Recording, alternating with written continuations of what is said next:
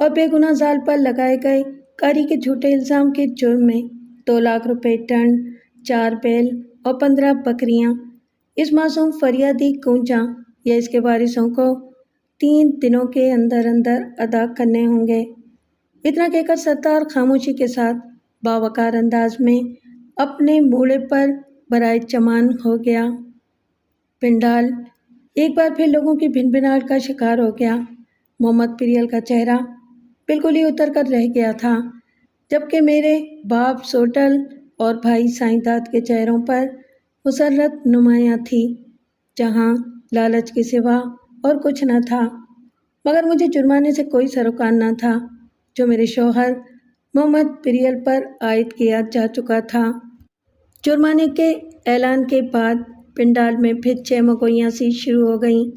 سردار خمیسو خان نے محمد پریل پر جرمانہ عائد کرنے کے بعد اپنی جگہ پر برائے چمان ہوتے ہی اپنے مصائب خاص کو ایک مخصوص اشارہ کیا۔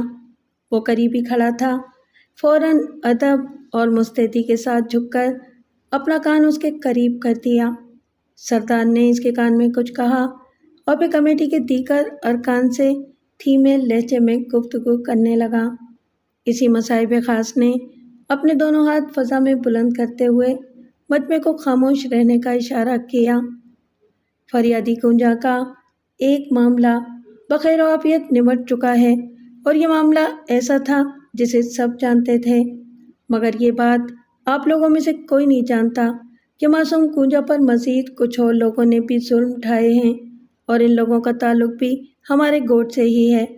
آپ سب لوگ ان لوگوں کو اچھی طرح جانتے ہیں، جن لوگوں نے گونجا کے بیان کے مطابق باری باری اور اجتماعی طور پر اس کی آبرو ریزی کی۔ مصائب خاص سانس لینے کے لیے رکا۔ میرا دل ایک بار پھر شدید اتھل پتھل کا شکار ہو گیا تھا۔ میرے اندر کی کیفیت غم و غصے اور جوش انتقام کے مارے سلگنے لگی۔ میرا جی چاہ رہا تھا کہ جس طرح محمد پریل کا چہرہ پورے گوٹ کے لوگوں کے سامنے بے نقاب ہوا تھا، اسی طرح اب ان رسیلوں پھورل خان اور وڈیرے عارف خان سمیت اس کے کارندوں کے بھی مکروہ چہرے بے نقاب ہو جائیں۔ لیکن جانے کیا بات تھی کہ محمد پریل پر فرد جرم عائد ہو جانے پر میرے دل کو قرار تو آ گیا تھا، لیکن پھورل اور عارف خان والے معاملے میں دل ایک عجیب یورش اور ناقابل بیان سی بے چینی کا شکار ہو رہا تھا۔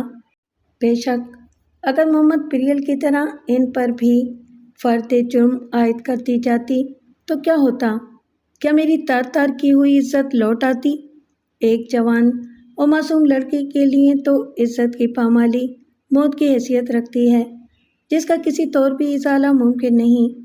باپ پاڑی کے ذریعے جلتے انگاروں پر ننگے پاؤں چل کر تو میں نے اپنی سرخ روئی ثابت کر دی تھی، اور ایک کاری لڑکی سے سرخ رو ہو چکی تھی۔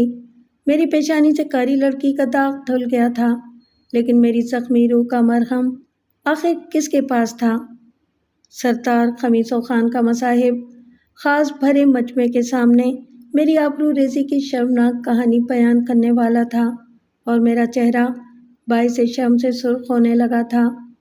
میں نے کڑتے ہوئے دل کے ساتھ سوچا، ہاں ایسا ہی ہونا چاہیے، تاکہ ایک طرف تمام لوگوں کو وڈیرے عارف خان کے کالے کرتوتوں کا علم ہو سکے، اور دوسری جانب میرے شوہر محمد پریل کو بھی اچھی طرح اندازہ ہو کہ جس پاک دامن بیوی کو وہ کاری کے جھوٹے الزام میں قتل کرنا چاہتا تھا، اس کی عزت کو واقعی سرے بازار باری باری پامال کیا گیا تھا۔ اس کے وجود کو ہی نہیں بلکہ اس کی روح کو بھی زخمی کیا گیا تھا، اور یہ صرف اور صرف پریل کی خود غرضی کی وجہ سے ہوا تھا، جس سے وہ خود بھی محفوظ نہیں رہ سکا تھا، کیونکہ اب وہ دونوں طرف سے بری طرح مخدوش حالات کا شکار ہو چکا تھا۔ ایک جانب اس پر جھوٹے الزام کی پاداش میں جرمانہ عائد کیا جا چکا تھا، اور دوسری طرف وہ ایک بے گناہ شخص کو قتل کرنے کے جرم کا بھی مرتکب ہوا تھا، اور یہ حقیقت تھی کہ اس بے گناہ مقتول مہمان کو قتل کرنے کے جرم میں پریل کو اس کے وارثوں کو بھی چٹی کے طور پر اب اپنا پورا خاندان بھی داؤ پر لگانا پڑے گا۔ اس لمحے میں اپنے خیالات سے چونکی۔ مصاحب خاص دوبارہ پنڈال کو مخاطب کر کے بلند آواز میں کہہ رہا تھا، فریادی کونجا کے ساتھ اجتماعی زیادتی کرنے والے اگرچہ یہاں موجود نہیں ہیں، لیکن اس کا یہ مطلب نہیں کہ ہم نے کونجا کے ساتھ زیادتی کرنے والے جواب داروں کو آگاہ نہیں کیا۔ اپنی مانوارے سرتار سائیں خمیسوں کے چند خاص آدمی ان لوگوں کے پاس باری باری سرتار سائیں کا پیغام لے کر گئے تھے، مگر ان لوگوں نے سختی کے ساتھ نہ صرف اپنے جرم سے انکار کر دیا بلکہ اس راجواڑی میں بھی حاضر ہونے سے انکار کر ڈالا۔ میں اب معصوم فریادی کونجا کے ساتھ زیادتی کرنے والے پہلے 2 جواب داروں کے نام لیتا ہوں۔ ابھی اس نے اتنا ہی کہا تھا کہ اچانک ہی پنڈال سے ایک شخص اپنی جگہ سے اٹھ کر بآواز بلند اپنا ہاتھ اٹھا کر بولا، ٹھہرو، مجھے اس بات پر اعتراض ہے کہ بغیر کسی ثبوت کے یوں بھرے مجمع میں کسی کو بدنام کرنا ایک معزز راجواڑی کو زیب نہیں دیتا۔ مصاحب خاص نظریں گھما کر اس شخص کو دیکھنے لگا۔ پنڈال میں ہلکی ہلکی بھنبھناہٹ کا شور سا ابھرا۔ سردار خمیسو خان اس اجرک پوش شخص کو چند ثانیے آنکھیں سکیڑے گھورتا رہا۔ خود میں نے بھی چونک کر اس اعتراض کرنے والے شخص پر نگاہ ڈالی۔ وہ 40 سے اوپر کا ہی تھا۔ سر پر شیشوں کے کام والی سرخ سندھی ٹوپی تھی جو قدرے پیشانی تک جھکی ہوئی تھی، کندھوں پر اجرک پڑی تھی۔ مجھے اندازہ لگانے میں دیر نہ لگی کہ یہ سرور وڈیرے عرب خان کا کوئی زرخرید کتا تھا جو اپنی ہڈی کا حق ادا کرنے ان کی غیر موجودگی میں بطور حمایتی یا وکیل بن کر آیا تھا۔ فریادی کونجا بذات خود اس بات کا ثبوت ہے کہ اس کے ساتھ جواب دار الف اور اس کے ساتھیوں نے زیادتی کی ہے۔ مصاحب خاص کے بجائے خود سردار خمیسو خان گونجیلی آواز میں بولا۔ پنڈال میں پھر سناٹا طاری ہو گیا۔ سردار نے دانستہ الف کی مخصوص اصطلاح استعمال کی تھی تاکہ معترض ہونے والے کے لیے راجواڑی اصول و ضوابط کے مطابق اس کا حق بحث اور اعتراض ذرا دیر تک محفوظ رہے، جب تک وہ اپنے دلائل سے کمیٹی کے اراکین کو قائل نہیں کر لیتا۔ اس کے باوجود مجھے اس بات پر سخت اعتراض ہے کہ محض کسی ایک کے الزام لگانے سے کوئی مجرم نہیں ہو جاتا۔ وہ شخص اپنی ہٹ کا پکا تھا اور خاصا چالاک اور ہوشیار بھی لگ رہا تھا۔ اس کی گفتگو سے اندازہ ہو رہا تھا کہ وہ راجواڑی فیصلوں کا تجربہ رکھتا تھا۔ وہ مزید بولا، سرعام محض ایک فریادی کے کہنے پر کسی کو بدنام کرنا بے عزتی کے سوا کچھ نہیں۔ وہ خاموش ہوا تو ایک ثانیے کو سردار کو بھی چپ لگ گئی۔ پھر ذرا ہی دیر بعد کمیٹی کے اراکین میں سے ایک معزز شخص اپنی جگہ سے کھڑا ہو کر بآواز بلند مذکورہ شخص سے مخاطب ہوا، تم جو کوئی بھی ہو پہلے آگے آ کر اپنا تعارف کراؤ اور الف جواب دار سے اپنا تعلق واضح کرو۔ اتنا کہہ کر وہ معزز رکن دوبارہ اپنی نشست پر بیٹھ گیا۔ وہ شخص بڑے اعتماد کے ساتھ اپنی جگہ سے چبوترے کے سامنے آ کر کھڑا ہو گیا اور بولا، میرا نام موجہ خان ہے اور میرا الف والوں سے تعلق محض ایک بااصول حمایتی کا ہے۔ ہاں، اگر ان پر جرم ثابت ہو گیا تو مجھے بھی بے شک اس جرم میں برابر کا شریک سمجھا جائے، حالانکہ میں نے کوئی جرم نہیں کیا ہے۔ یہ بات مانوارے سردار سائیں اور راجواڑی کے معزز ارکان ضمانت کے طور پر بھی اپنی یادداشت میں رکھ سکتے ہیں۔ اتنا کہہ کر وہ خاموش ہو گیا۔ پنڈال میں ہی نہیں بلکہ چبوترے پر بھی گھمبیر سناٹا چھا گیا۔ اور تبھی وہی معزز رکن اپنی جگہ سے اٹھ کر سردار خمیسو خان کے قریب آیا اور ذرا جھک کر اس کے کان میں کہا۔ جواباً سردار نے ذرا دیر پرسوچ خاموشی کے بعد دھیرے سے اس بات میں اپنا سر ہلایا۔ اس کے بعد معزز رکن اس معترض شخص سے بولا، تمہاری بات کو تسلیم کیا جاتا ہے، لہٰذا میں اپنے معزز ارکان کی متفقہ رائے کے مطابق اپنی مانوارے سردار خمیسو خان سے عرض کرتا ہوں کہ جب تک جواب دار الف کے خلاف کوئی ٹھوس ثبوت نہیں مل جائے یہ کارروائی آگے نہیں بڑھ سکتی۔ اتنا کہہ کر وہ خاموشی سے اپنی جگہ پر جا بیٹھا۔ میری آنکھوں تلے اندھیرا سا چھانے لگا۔ مجھے یوں لگا جیسے کسی نے میرا دل مٹھی میں لے لیا ہو۔ اپنے ماتھے سے کاری کا کلنک دھلنے کی جہاں مجھے خوشی تھی، وہاں اس سے زیادہ اس بات کا رنج ہونے لگا تھا کہ مجھ سے زیادتی کرنے والے نہ صرف صاف صاف بچ گئے تھے بلکہ ان کا نام بھی لوگوں کے سامنے نہیں آ سکا تھا۔ ایک میری ذہنی کیفیت بدلنے لگی۔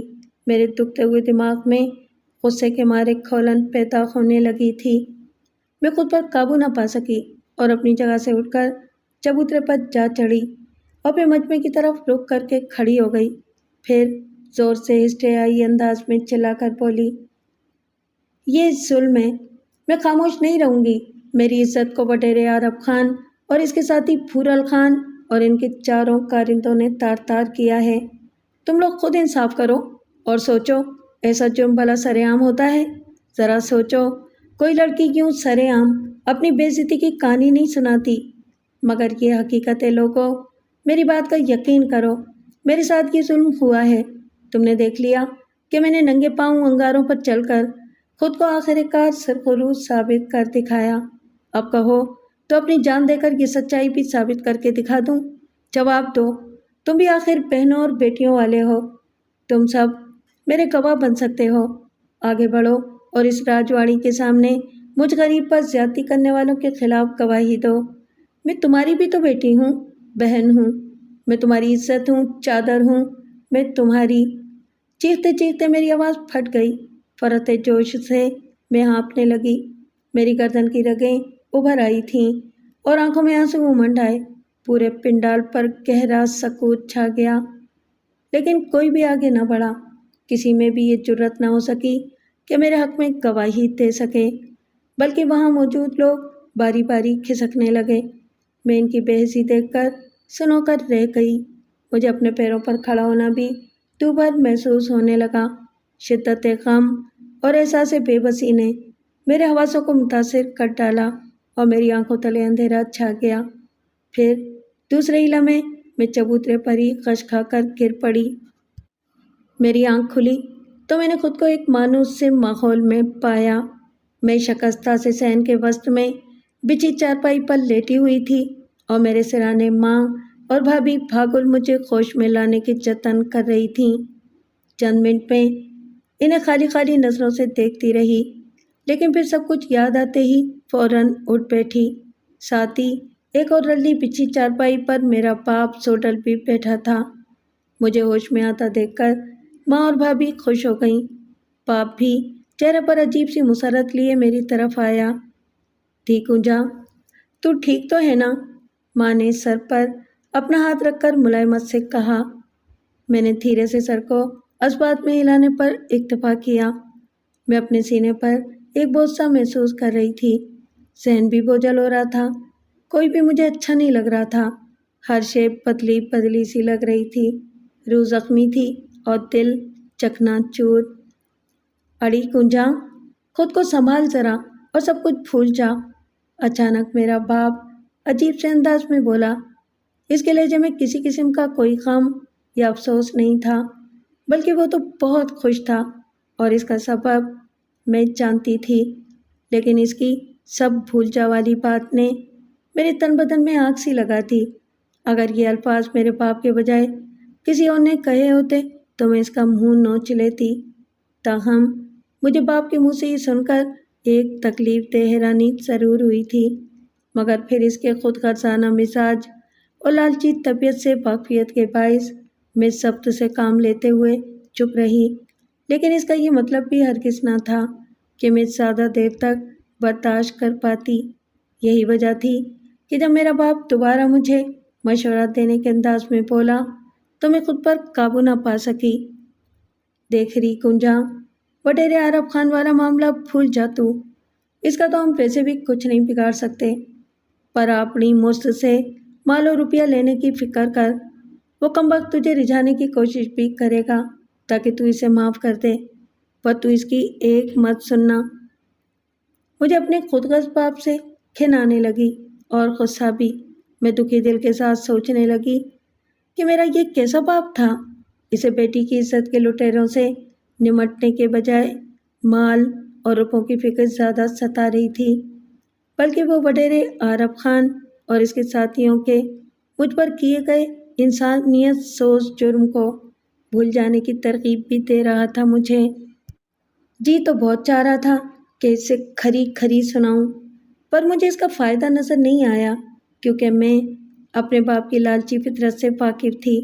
مال و دولت کی جو بھوک اسے بالکل بے حس بنا ڈالتی تھی، معصوم اور بے گناہ پھوپھی حضوراں کا عبرتناک انجام میں ابھی تک بھلا نہیں پائی تھی۔ میں نے گویا جان چھڑانے کے انداز میں انتہائی نڈھال لہجے میں کہا، بابا میں اس وقت بہت پریشان ہوں، مجھے کچھ سمجھ نہیں آ رہا، اللہ سائیں کے واسطے مجھے اس وقت اکیلا چھوڑ دے۔ یہ کہتے ہوئے بے اختیار میں اپنے دونوں ہاتھ چہرے پر رکھ کر پھوٹ پھوٹ کر روتی۔ مجھے سادہ غم اپنوں کی بے حسی کا تھا، لیکن اس کا مطلب یہ بھی نہیں تھا کہ میں بالکل مایوس ہو چکی تھی۔ میں نے اپنے دل میں تہیہ کر لیا تھا کہ وڈیرے عرب خان اور بھورل خان سے اپنی بے عزتی کا بدلہ لے کر رہوں گی، اور رہا پریل، اسے تو اب میں ساری زندگی معاف نہیں کر سکتی تھی۔ فی الوقت وہ خود اپنے کیے کی سزا کا شکار ہو گیا تھا۔ کبھی وہ میرے دل میں ایک شہزادے کی طرح بستا تھا، مگر اب وہ دلی ویران ہو چکا تھا، بلکہ میرے اندر ایک آسے بھی ویرانہ پیدا ہو چکا تھا، جہاں نفرت اور بے حسی کی منحوس چمگاٹ رہی تھیں۔ باپ کی شفقت اور بھائی کی محبت یا شوہر کی چاہت خواب و خیال ہو کر رہ گئی تھی۔ یہ سارا خرمن محبت ایک ہی چنگاری سے خاکستر ہو کر رہ گیا تھا۔ اس کی جگہ اب میرے دل و دماغ میں ہر لمحہ آتش انتقام اور نفرت کی چنگاریاں سلگتی رہتی تھیں، ایک ابال اور کھولتے ہوئے لاوے کسی کیفیت طاری رہنے لگی تھی۔ مجھے ابھی تک یقین نہیں آ رہا تھا کہ میری عزت کے لٹیرے یوں صاف بچ نکلیں گے اور ان پر ایک آنچ بھی نہیں آئے گی۔ میرا بس چلتا تو میں ابھی جا کر وڈیرے اور اس کے ساتھیوں کی گردنیں مڑوڑ ڈالتی، لیکن کیا یہ سب میرے بس میں تھا؟ بے بسی کے اس جاں گسل احساس سے ہی ادموئی ہو کر میں بری طرح سسکنے لگی۔ ایسے میں بی بی جی کا پرنور چہرہ میرے تصور میں امید کی شمع کی طرح روشن ہو گیا۔ مجھے ان کی نصیحت یاد آنے لگی، گنجا، تمہاری عزت تار تار کرنے والے بے شک بااثر افراد سہی، مگر خدا کی لاٹھی بے آواز ہے۔ اگر تمہارے اندر صبر ہے تو تم خاموشی اختیار کر لو۔ بصورت دیگر تم اگر ان سے بدلہ لینا چاہتی ہو تو بھی میں تمہاری پوری مدد کروں گی، لیکن یہ فیصلہ سوچ سمجھ کر کرنا اور پھر مجھے بتانا۔ جن کے اندر بدلے کی آگ بھڑک اٹھی ہو، ان سے صبر اور خاموشی اختیار نہیں کی جاتی، اور مجھ میں اتنا صبر کرنے کی ہمت نہ تھی۔ میں تو جوالا مکھی بن چکی تھی اور لاوا بن کر اپنے دشمنوں کو راکھ کر دینا چاہتی تھی۔ میں نے فوری طور پر بی بی جی سے اس بارے میں تفصیلی گفتگو کرنے کا فیصلہ کر لیا تھا۔ اب میں زیادہ تر گھر میں رہنے لگی تھی۔ بھابھی کا ننھا منٹھار میری گود میں آنے لگا تھا اور کافی مانوس بھی ہو گیا تھا، اور میں ایک اور بات محسوس کرنے لگی تھی کہ میرا بھائی سائیں داد مجھ سے کھچا کھچا رہنے لگا تھا، بلکہ اکثر تو وہ مجھ سے سیدھے منہ بات بھی نہیں کیا کرتا تھا۔ میں نے کئی بار اسے اپنی جانب عجیب انداز میں گھورتے ہوئے بھی دیکھا تھا۔ ایک دن تو میری روح ہی فنا ہو گئی جب میں نے بابا اور سائیں داد کی آپس میں گرما گرم بحث ہوتے دیکھی۔ وہ دوپہر کا وقت تھا اور صبح سے فضا میں حبس کی کیفیت تھی۔ ننھا منٹھار اندر کوٹری میں پنگوڑے میں سو رہا تھا، میں بھی اندر ہی تھی کہ اچانک میں نے باہر کچے صحن میں بابا اور سائیں داد کی آپس میں زور زور سے باتیں کرنے کی آوازیں سنی۔ میں نے کوٹری سے باہر نکلنا مناسب نہیں سمجھا اور دروازے سے لگی ان کی باتیں سننے لگی۔ ادا سائیں دادو تیش کے عالم میں بابا سے کہہ رہا تھا، پیو، تو سمجھتا کیوں نہیں؟ یہ ہماری عزت کا معاملہ ہے۔ گونجا نے جس طرح بڑے پنڈال میں لوگوں کو اپنی بے عزتی کی کہانی سنائی ہے، وہ بے غیرتی کے سوا کچھ نہیں۔ میں پورے گوٹھ میں کسی کو منہ دکھانے کے لائق نہیں رہا ہوں۔ پھر جواباً میرے باپ کی آواز ابھری۔ وہ بیٹے کو سمجھانے کی کوشش کر رہا تھا، دیکھ پٹ، یہ وقت ایسی باتیں کرنے کا نہیں ہے، پہلے اس کے مرس پریل سے چٹی کی رقم ہاتھ آ جانے دے، پھر اس بارے میں بھی کچھ نہ کچھ سوچ لیں گے۔ لیکن پیو، میرے اندر لوگوں کی باتیں اور ان کی نظریں سہنے کی مزید طاقت نہیں ہے۔ کسی دن اگر میں نے کسی کا خون کر دیا تو سائیں نے دانستہ اپنا جملہ ادھورا چھوڑ دیا۔ لمحے بھر کی توقف کے بعد زہریلے لہجے میں بولا، پیو، جتنی جلدی ہو سکے یہ معاملہ حل کر لے۔ ایسا نہ ہو کہ مجھے بھی تیری طرح اپنی بہن پر کلہاڑی اٹھانی پڑ جائے۔ اس کے خوفناک لہجے پر میں سرتپا لرز گئی اور میری آنکھوں کے سامنے پھوپھی حضورہ کا لہو لہان چہرہ گھوم گیا۔